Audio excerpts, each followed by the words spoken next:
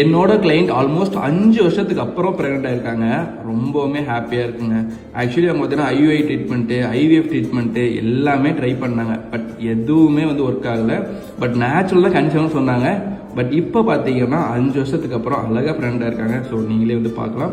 But இப்போ நீங்கள் நினைக்கலாம், ஐயோ அவங்க கஷ்டப்பட்டு டயட் ஃபாலோ பண்ணியிருப்பாங்க, ஸ்ட்ரிக்டான ஃபாலோ பண்ணியிருப்பாங்க, அப்படி பண்ணால் தான் வெயிட் லாஸ் பண்ணி. பட் இவங்க டாக்டர் என்ன சொன்னாங்கன்னா வந்து நீங்கள் ஹெல்தி லைஃப் ஸ்டைல் போவாங்கன்னு சொன்னாங்க. பட் அதுக்கேற்ற மாதிரியே ஃபுட்டை பாருங்கள், நீங்களே பாருங்கள் எவ்வளோ சூப்பராக எவ்வளோ ஹெல்த்தியாக இருக்குன்னு. இவ்வளோ தாங்க விஷயமே. இந்த மாதிரி தாங்க நீங்கள் ஃபாலோ பண்ணணும். நான் டைம் அது கூட காட்டுறேன் பாருங்கள். மார்னிங் பாருங்கள் 9:30 ஓகேங்களா, 2 இட்லி, எக்கு, ஃப்ரூட்ஸ் ஓகேங்களா, ரொம்ப ஹெல்த்தியாக இருக்கா. லஞ்சு பாருங்கள், ரைஸு, கொஞ்சம் பொரியல், அண்ட் பார்த்தீங்கன்னா கொஞ்சம் ஃபிஷ், ஹெல்த்தியாக இருக்குங்களா. இப்போ டைம் கூட பாருங்கள் 2 மணி ஆயிடுச்சு கட்டுங்களா. ஆனால் இப்போ டின்னர் பாருங்கள், அழகாக வந்து தோசை, கேரட்டு, தென் சட்னி. இவ்வளோ தாங்க விஷயமே. இந்த மாதிரி நீங்கள் வீட்டு சாப்பாடு அடுத்த நாள் மார்னிங், ஸோ இந்த மாதிரி அவங்க டெய்லியுமே அப்டேட் பண்ணுவாங்க.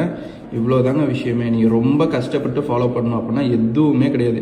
ஆக்சுவலி இவங்களோட வந்து ஏஎம்ஹெச்சில் கூட பார்த்தீங்கன்னா கூட ஆல்மோஸ்ட் பார்த்தீங்கன்னா 16 இருக்குது ஓகேங்களா. பட் இப்போது அழகாக வந்து கன்சீவாக இருக்காங்க. ஸோ உங்களுக்கு ஏஎம்ஹெச்சில் உள்ள அதிகமாக இருந்தாலும் சரி, எதுவாக இருந்தாலும் சரி, we can do it. But எப்போவுமே நீங்களும் வீட்டு சாப்பாடு சாப்பிட்டே பழகுங்க. கண்டிப்பாக பிறண்டாகலாம். ரொம்ப நன்றி. உங்கள் ஃப்ரெண்ட்ஸ்க்கு ஷேர் பண்ணுங்கள். வீட்டு சாப்பாடு சாப்பிட்டே பிறண்டாக சொல்லுங்கள். நன்றிங்க. Thank you so much.